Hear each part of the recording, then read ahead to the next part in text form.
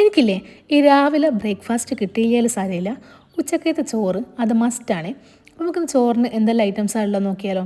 നല്ല ആവി പറക്കുന്ന ചോറും കൂന്തൽ റോസ്റ്റും ഫിഷ് ഫ്രൈയും ബീൻസ് ഉപ്പേരിയും പരിപ്പും മുരിങ്ങവാളും കറിയും അടിപൊളി നാരങ്ങാച്ചാറായിരുന്നേ.